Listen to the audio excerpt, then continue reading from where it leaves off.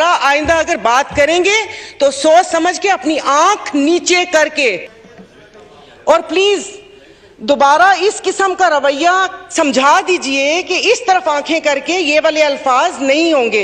ये बात फिर असेंबली तक नहीं रहेगी, असेंबली के बाहर मैं ये बात करूंगी कि मैं बोल रही हूं यहां पर 99 नामों के नीचे कि थोड़ा समझ के, वो उनकी पार्टी के गुलाम पीछे नहीं बैठे हुए, मेरी अपनी पार्टी है। तो दोबारा आइंदा अगर बात करेंगे तो सोच समझ के अपनी आंख नीचे करके कि इन्होंने ये किया। एक सेकंड, आप अपना बिल जो बड़ा सोना बिल है तुसी ले आना वापस। कल मैं बादाम लेकर आऊं और हर मेंबर को यहां पर मैं बादाम बांटूं ताकि सबकी याददाश्त साबित और सालिम रहे।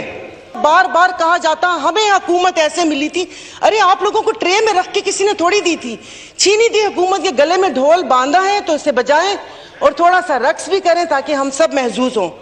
ये वाला रवैया ना